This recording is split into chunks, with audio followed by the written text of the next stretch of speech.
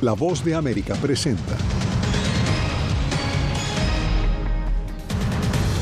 Cese al fuego en Gaza es aún incierto. Gabinete israelí votará en las próximas horas y responsabiliza a Hamás de incumplir partes del acuerdo. Agradeciendo el sacrificio por la defensa del país, Joe Biden se despide de las fuerzas militares. Autoridades de California evalúan el impacto económico de los incendios. Y sanciones más severas a Rusia, parte de las promesas del nominado a la Secretaría del Tesoro de Estados Unidos.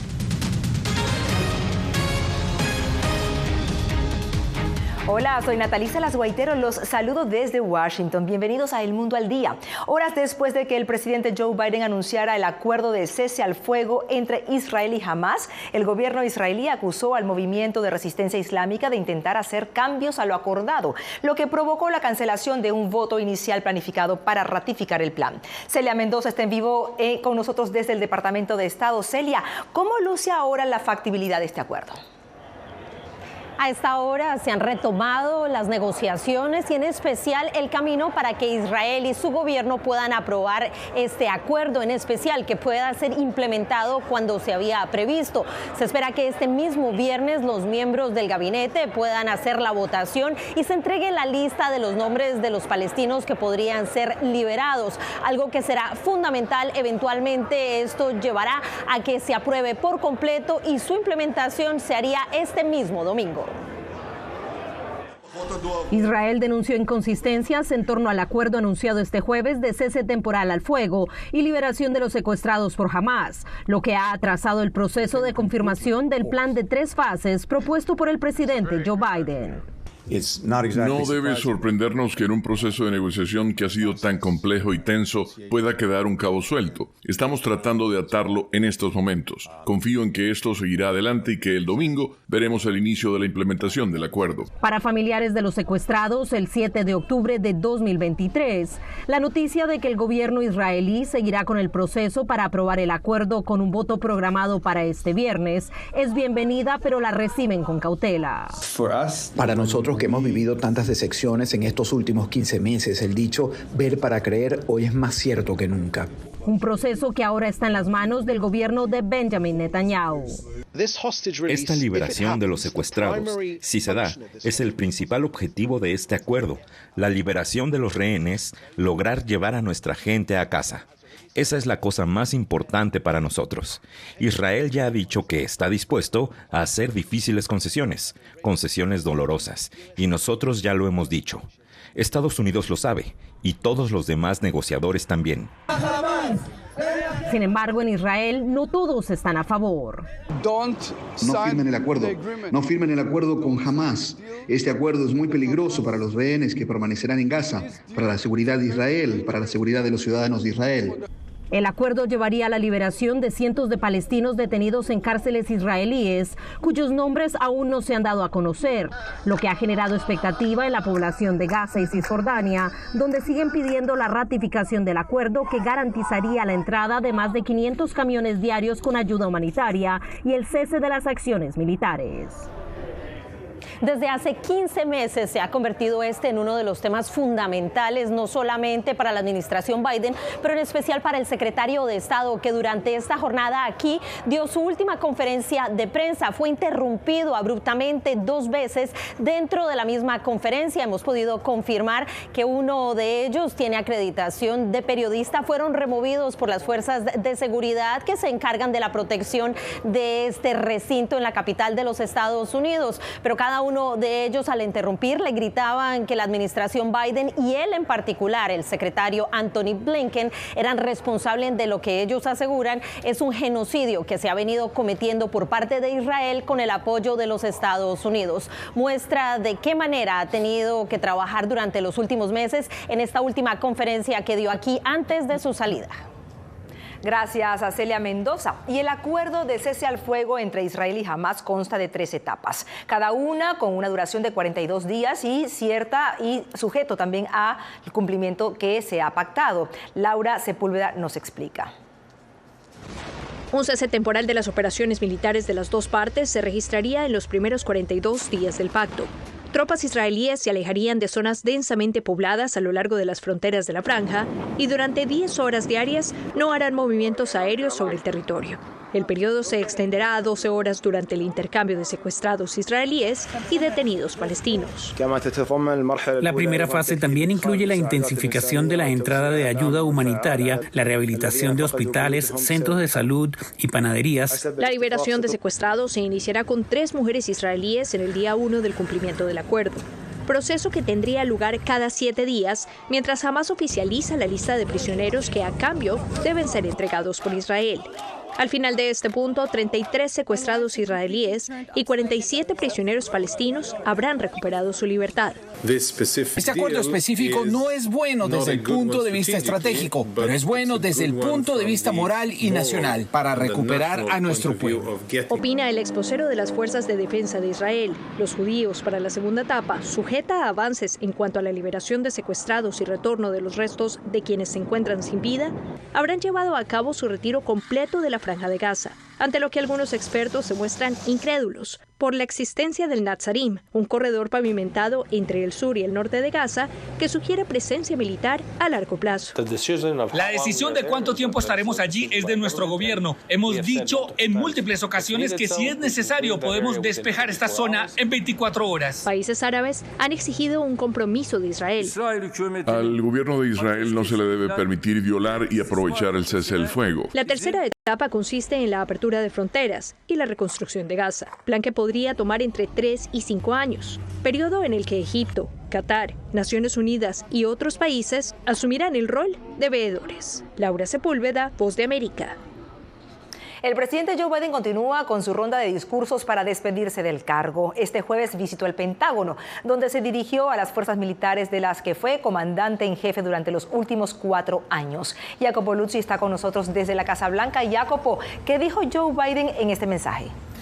Natalie, Biden aprovechó esta oportunidad para en particular agradecer el trabajo y los sacrificios de todos los militares y de sus familias para proteger a Estados Unidos. El presidente dijo que valora mucho la integridad y el carácter de estos hombres y mujeres y que ejercer como comandante en jefe fue el honor más grande de su vida.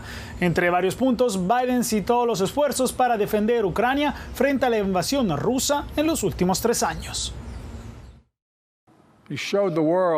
Mostramos al mundo que Estados Unidos defiende la libertad, que está con nuestros amigos, que se mantiene firme con nuestros aliados. Nunca nos doblegamos. No nos doblegamos ante nadie y mucho menos ante Putin. Y ahora, casi 3 años después, Putin no ha hecho caso, no ha logrado grandes avances territoriales y no ha logrado acabar con la OTAN. Biden tuvo una relación cercana con el Departamento de Defensa en estos 4 años, cuando Estados Unidos envió más de $65.000 millones en ayuda militar a Kiev. Una cuestión que generó muchas críticas a Biden y al Pentágono fue el caótico retiro de las tropas estadounidenses de Afganistán, pero para el mandatario fue la decisión justa. Evacuar a los estadounidenses, a los aliados y a nuestros socios afganos, lograr el mayor puente aéreo y militar de la historia y poner fin a la guerra con el mismo coraje que definió el servicio estadounidense en Afganistán durante más de 20 años. Creo que la historia reflejará lo que se debe hacer, pero sé que fue duro después de décadas de perder a sus hermanos y hermanas, incluida la retirada. El dolor sigue siendo real. Entre los varios desafíos que permanecen para Estados Unidos, dijo Biden, será mantener la estabilidad en Medio Oriente y en el mar de China Meridional, una tarea que el presidente dijo que no tiene duda que los militares lograrán. Gracias a nuestro compañero Jacopo Luzzi. Si bien las autoridades meteorológicas han bajado la alerta de peligro en California debido a los incendios forestales, los bomberos aún tratan de controlar las llamas, más cuando pronósticos advierten sobre otra ronda de vientos de Santa Ana a principios de la próxima semana que traería ráfagas de aire seco que pudieran avivar el fuego. Se contabilizan 25 personas muertas y decenas reportadas como desaparecidas. Mientras tanto, los residentes del condado de Los Ángeles, que fueron obligados a evacuar sus hogares, tendrán que esperar al menos otra semana antes de regresar a sus casas. Los albergues parecen satisfacer las necesidades inmediatas de los damnificados, como ropa, comida y un lugar donde dormir. Pero son las necesidades en el futuro las que crean más incertidumbre. Fernando Mejía nos cuenta. Aquí tenemos nuestros shelves José Velázquez está preocupado sobre cómo reconstruir, pero más le angustia lo que podría pasar con su comunidad en el futuro. También la economía de esta ciudad va a cambiar mucho. No va a ser igual por muchos años. Se le está considerando uno de los desastres naturales más grandes y costosos en la historia del país. Es difícil saber el monto de los daños, pero se estiman que sobrepasan los $250 mil millones. Tienen que restablecer servicios, tienen que reconstruir todas esas propiedades que no están ahí, se tiene que limpiar y, a final de cuentas, quien paga es la comunidad. Este es apenas el comienzo y aún no se abordan asuntos como el impacto negativo que este desastre podría tener en la salud de los residentes del área. Entonces va a crear mucha inflamación. Podemos ver las cosas comunes como sinusitis, más problemas respiratorios por la inflamación, más casos de asma y también de efisema. Los desastres naturales son cada vez más intensos y costosos. Más allá de la pérdida de viviendas y reconstrucción para los dueños de casa, el impacto negativo también afecta a la economía del área. Las rentas van a subir, primero porque tienen que reconstruir y mientras reconstruyen no va a haber suficientes viviendas para que la gente pueda arrendar. Los damnificados sin hogar difícilmente pueden trabajar en este momento. El Departamento del Trabajo pronostica que se perderán entre 15 y 25 mil empleos en la zona. La creación de empleos disminuirá y el costo de vida aumentará en una ciudad que ya de por sí es de las más caras en la nación. Entonces yo creo que las rentas de por aquí por seguro van a subir. Va a ser muy difícil encontrar trabajo aquí en la ciudad porque, como le digo, mucha gente se va a querer quedar cerca de su comunidad. Entonces todo eso va a afectar mucho. Según expertos, California es un estado muy rico en industria e infraestructura. Tiene además la industria del cine, posee gas natural y tiene un clima muy favorable. Todo esto junto podría ayudar a minimizar el impacto económico del futuro. Fernando Mejía, Voz de América, Los Ángeles, California. El candidato a secretario del Tesoro, Scott Bessent, se sometió este jueves a una audiencia de confirmación en el Senado. En su testimonio, Bessent amenazó al Kremlin y dijo que si él obtiene el cargo, Rusia recibirá sanciones más severas. Carolina Valladares está con nosotros. Hola, Carolina, cuéntanos, ¿qué pasó? Sí, lo dijo refiriéndose a una pregunta realizada sobre Ucrania por parte de un legislador republicano. Dijo Bessent que si esta es parte de la estrategia de Donald Trump, está dispuesto a elevar las sanciones al petróleo a tales niveles que eso, dice él, forzaría a Rusia a sentarse a la mesa de negociaciones. Y las audiencias siguen mañana un día más. Será el turno de la nominada de Donald Trump para la Secretaría del Departamento de Seguridad Nacional, quien tendrá que hacer frente a los interrogatorios de los senadores. Con el protocolario agradecimiento por su nominación, así comenzó la audiencia en la que Scott Bessent, el nominado de Donald Trump para secretario del Tesoro, intentó convencer a los senadores para que lo confirmen. Sin más preámbulos, Bessent dijo, respondiendo a los legisladores, que el presidente electo Donald Trump tiene la oportunidad para desatar una nueva era de oro económica. En sus planes, avanzó, está proteger las cadenas de suministro, implementar potencialmente aranceles a las emisiones de carbono y ampliar las reducciones de impuestos. Planes que no convencen a los demócratas. El pueblo estadounidense votó por el cambio y más que en cualquier otro lugar quiere un cambio en la economía. No creo que vayan a obtenerlo del señor Bessent o de Donald Trump. La pieza central de la agenda económica de Trump es ampliar su ley tributaria de 2017 a un costo de más de $4 billones. Sobre la guerra en Ucrania y dirigiéndose directamente a los funcionarios rusos. Si algún funcionario de la Federación Rusa está observando esta audiencia de confirmación, Bessent dijo que está dispuesto a reforzar las sanciones contra Rusia, en particular contra el sector petrolero, si eso forma parte de la estrategia de Donald Trump. Estaré 100% de acuerdo en asumirlo. Las sanciones aumentarán especialmente a las grandes petroleras rusas, a niveles que llevarían a la Federación Rusa a la mesa de negociaciones. Bessent también tuvo palabras de agradecimiento para su esposo. Quiero agradecer a mi cónyuge, John Freeman. Y es que de ser confirmado, Bessent se convertirá en el primer integrante del gabinete que se identifica públicamente como homosexual. Carolina Valladares, Voz de América, Washington. La Cámara de Representantes aprobó un proyecto de ley que ordena la deportación y prohibición de entrada a Estados Unidos de inmigrantes que hayan cometido violencia doméstica o estén envueltos en delitos sexuales. La sumatoria final de 274 votos a favor contó con el apoyo de 61 demócratas. Este proyecto, conocido como HR 30, pasará ahora al Senado y, según los republicanos en el Congreso, intenta apoyar la agenda propuesta por el presidente electo Donald Trump. A este proyecto se le suma la HR 29 o Ley Laken Riley, que intenta acelerar la deportación de inmigrantes que hayan cometido delitos de robo. Deportaciones masivas y prohibición de ciudades santuarios son algunas de las promesas del presidente electo Donald Trump. ¿Qué podría cambiar en ciudades como Nueva York, por ejemplo, que se mantiene como santuario y que ha visto un flujo masivo de migrantes en los últimos 2 años? Ángela González nos informa. Con la promesa de Donald Trump de realizar deportaciones masivas desde su primer día de gobierno y de prohibir que jurisdicciones protejan a los migrantes, prohibiré de inmediato todas las ciudades santuario en Estados Unidos. La preocupación se ha apoderado de migrantes que han llegado a la Gran Manzana, en especial aquellos con niños pequeños. Primero es la estabilidad de ella, que es la que más necesitamos que esté estable. Segundo, porque no tendríamos que estar angustiados de moverla a ella de un sitio para otro. Según la Coalición de Inmigración de Nueva York, las políticas de ciudades santuario como Nueva York solo prohíben que las fuerzas del orden locales cumplan con las solicitudes de detención de ICE, que buscan mantener a los migrantes indocumentados bajo custodia hasta por 48 horas adicionales después de que normalmente serían liberados. Pero contrario a lo que se cree, estas no limitan la cooperación con las autoridades federales. La ley es bastante clara en lo que respecta a la aplicación de la ley de inmigración civil. También estamos muy concentrados en cualquier persona que cometa un delito y en particular uno violento. Y aunque las autoridades dicen que se mantiene el estatus de ciudad santuario, poco a poco han adoptado cambios, anunciando el cierre de 25 refugios municipales utilizados principalmente para migrantes como la isla Randall y la base Floyd Bennett, poniendo fin a programas de tarjetas de crédito para migrantes y limitando la estancia en los refugios. Los procesos de deportación se mantienen. Si es que la persona agotó todos sus remedios administrativos bajo la ley de inmigración y todo, entonces ICE es quien ahora toma jurisdicción y toma poder para poder llevar a cabo esta orden de deportación. Ángela González, Voz de América. Al volver, líder opositor venezolano Edmundo González continúa buscando apoyos en América Latina. Les cuento detalles al regreso.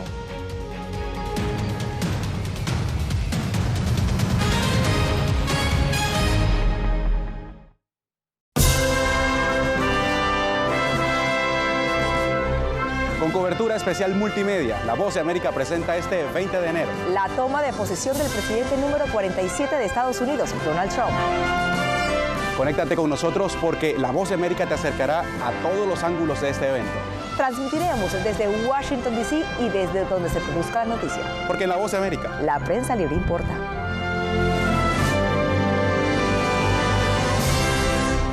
Soy Néstor Aguilera, corresponsal de La Voz de América en el Ecuador. Informar sobre la realidad de un país exige una alta dosis de responsabilidad periodística, más aún cuando las noticias evolucionan a cada instante. Aquí en La Voz de América encuentras noticias veraces, precisas y balanceadas. Valores profesionales que me motivan a trabajar día a día para informarte de manera profunda sobre los temas que más impactan tu vida diaria. Porque en La Voz de América, la prensa libre importa. Actualidad. Que la inteligencia artificial va a estar presente en nuestro día a día. Intentan sacarse de encima a trabajadores. Análisis. El cambio climático está teniendo muchísimos impactos que afecta siempre a los más vulnerables. La región necesita ayuda. Debate. Proteger a las escuelas con armamentos. Es una total ridiculez, es algo inverosímil. Con la información más allá de los titulares. Todas las semanas por La Voz de América. Desde Washington, le saluda Gonzalo Abarca. ¿Quieres mantenerte informado de primera mano? Únete a nuestro canal de WhatsApp. Lo que ocurre en Estados Unidos, América Latina y el mundo directamente a tu celular. Escanea el código que ves en pantalla y conéctate con las noticias para recibir información veraz y balanceada. Noticias de última hora, reportes originales y verificación de información. Porque en La Voz de América, la prensa libre importa.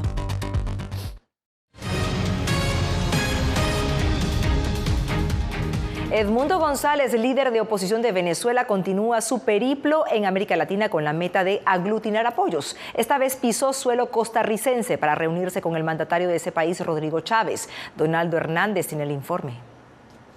El líder opositor Edmundo González, quien se acredita como vencedor de las elecciones presidenciales de Venezuela, se reunió este jueves con el presidente de Costa Rica, Rodrigo Chávez. González y Chávez se reunieron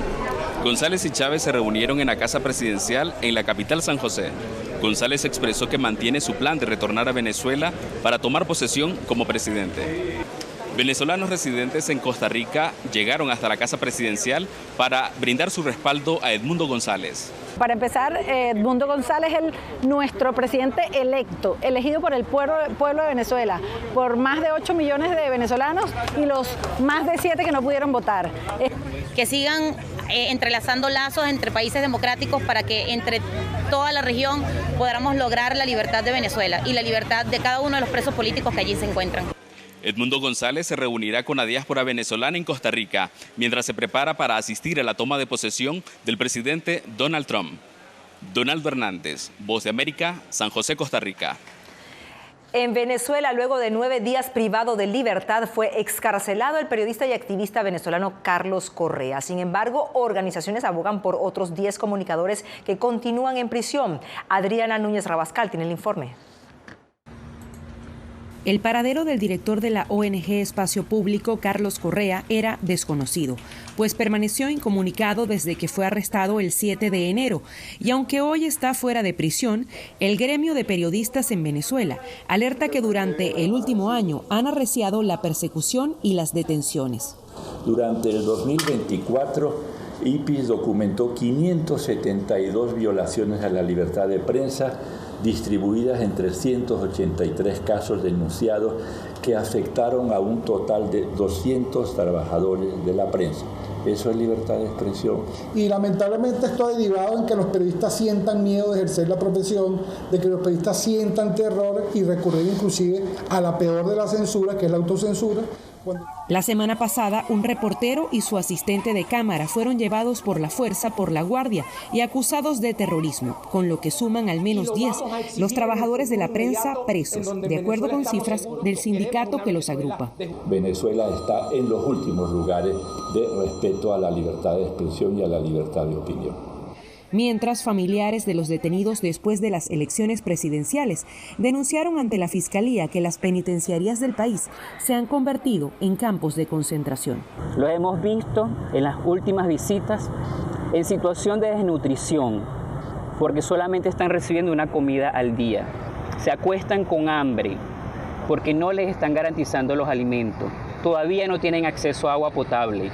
A finales de 2024, la Fiscalía se comprometió a revisar estas causas y excarceló a unas 900 personas aprehendidas en contexto postelectoral. Adriana Núñez Rabascal, Voz de América, Caracas.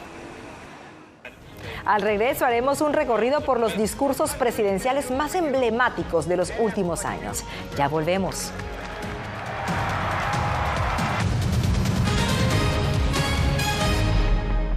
Soy Julia Riera, periodista de La Voz de América en Washington. Tengo el placer de contarte la actualidad de Estados Unidos y el mundo a través de la televisión y nuestra página web. Para la semifinal, también comparto contigo las noticias más destacadas a través del canal de WhatsApp de La Voz de América. Esta edición especial. Y así, desde todas las perspectivas y reportando sobre los temas que hacen historia, puedas formar tus propias opiniones. Porque en La Voz de América, la prensa libre importa. Desde las ciudades más emblemáticas hasta los rincones más remotos del planeta. La Voz de América te trae las noticias más recientes. Con una garantía de credibilidad y balance. Como la mayor radiodifusora de noticias de Estados Unidos a la comunidad internacional, te ofrecemos una perspectiva única sobre la realidad de este país, Latinoamérica y el resto del mundo. Ya sea a través de radio, televisión, web o redes sociales, estamos a tu lado en cada plataforma. Soy Yair Díaz, corresponsal de La Voz de América en Colombia. El reto de informarte de manera veraz, precisa y objetiva en un mundo donde la verdad es cada vez más difusa es lo que me motiva a trabajar en La Voz de América. 5 vehículos militares que recibirá Colombia. Desde las calles de Bogotá, desde donde ocurren las noticias que más te impactan, te informamos de manera independiente para que, con base en hechos, te formes tu propia opinión, porque en La Voz de América, la prensa libre importa. poder ser la voz de la denuncia de tantas personas que sienten fuertemente vulnerados sus derechos. Una de las patas que sostiene la democracia debe ser la libertad de prensa. Periodismo, la prensa libre importa, una coproducción de La Voz de América con nuestras afiliadas en la región. ¿Cómo garantizar que las voces lleguen a quien tienen que llegar? Impunidad, indolencia de la justicia son nuestros principales enemigos. Disponible en vozdeamerica.com.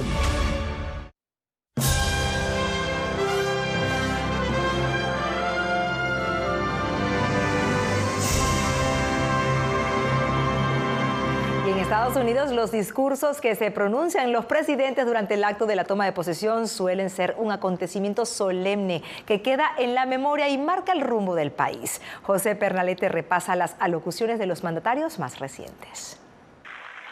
Uno de los discursos inaugurales más memorables en la historia reciente de Estados Unidos fue el del presidente número 32, Franklin Delano Roosevelt. Su administración estuvo enfocada en combatir la Gran Depresión y preparar a la nación para los desafíos de la Segunda Guerra Mundial. En 1933, con su frase célebre, "Lo único que debemos temer es al miedo mismo", Roosevelt ofreció un mensaje de determinación y confianza en un momento de incertidumbre. Su mandato ha sido el más prolongado y su último discurso fue en enero de 1945. Preserve, protect, and defend the Constitution of the United States. El impacto de la guerra también se reflejó en la presidencia del general Dwight D. Eisenhower. Aunque su discurso inaugural no coincidió directamente con un conflicto bélico, su liderazgo estuvo marcado por las tensiones de la Guerra Fría y por su llamado a fortalecer a la unidad y a la preparación militar para salvaguardar la paz del mundo. So help me God. Thank you very much. Algunos discursos han trascendido a través del tiempo. Tal es el caso de las palabras pronunciadas por John F. Kennedy en 1961, con su inolvidable frase: "No preguntes qué puede hacer tu país por ti, pregunta qué puedes hacer tú por tu país". Kennedy inspiró a los estadounidenses a unirse en torno a un propósito común y mirar hacia un futuro de innovación y progreso. Luego de unas elecciones controversiales que requirieron la intervención de la Corte Suprema en 2001, George W. Bush apeló a la necesidad de reconciliación. Como empecé, agradezco al presidente Clinton por su servicio a nuestra nación. En enero de 2009, el presidente Barack Obama tomó las riendas del país en medio de una crisis económica global. En su discurso ofreció un mensaje cargado de esperanza y optimismo. José Pernalete, Voz de América. Esto es El Mundo al Día. Ya volvemos con más. Se nos acabaron las esperanzas, muchachos. Dos venezolanas que dejaron atrás las dificultades de su patria derrumbada. Ahorita me veo como que aquí no puedes estar y aquí tampoco puedes estar. Ahora se enfrentan a la xenofobia, la soledad y la falta de oportunidades en un nuevo país donde viven atrapadas en un limbo. En ningún lugar, una historia de lucha y desarraigo. Ahora, en todas las plataformas de La Voz de América. Que empiecen a callar a periodistas, que empiecen a callar medios. Periodismo, la prensa libre importa. Una producción especial de La Voz de América. Porque al final lo que está en juego no solo medios de comunicación, sino la democracia de un país. Disponible en vozdeamerica.com. Soy Celia Mendoza, corresponsal internacional de La Voz de América. Desde que me uní a este equipo de profesionales hace más de una década, he tenido la oportunidad de descubrir un mundo de noticias que comparto con ustedes. La Voz de América habló con el director. Porque siempre estoy en el lugar de los hechos, entregando información veraz, clara y precisa, manteniendo nuestro compromiso periodístico, porque en La Voz de América, la prensa libre importa. El crimen organizado asesinaba a los chicos y luego cremaba los cuerpos. Periodismo, la prensa libre importa. Una coproducción de La Voz de América y Latina. Así que es complicado hablar acá de libertad de expresión. Disponible en vozdeamerica.com. Algo he aprendido estos últimos años y es el darme cuenta de que nosotros podemos planear todo, pero que la vida tiene cosas para vos que no te imaginas. Me duele porque estoy aquí por ese país que hoy me quitaron. Yo siempre he dicho que la libertad está en la mente y el hecho de que tu cuerpo esté en un lugar no significa que no sos libre. Siempre me sentí libre, incluso estando presa me sentí más libre porque pude darme cuenta que si estaba ahí es porque realmente he elegido qué hacer con mi vida.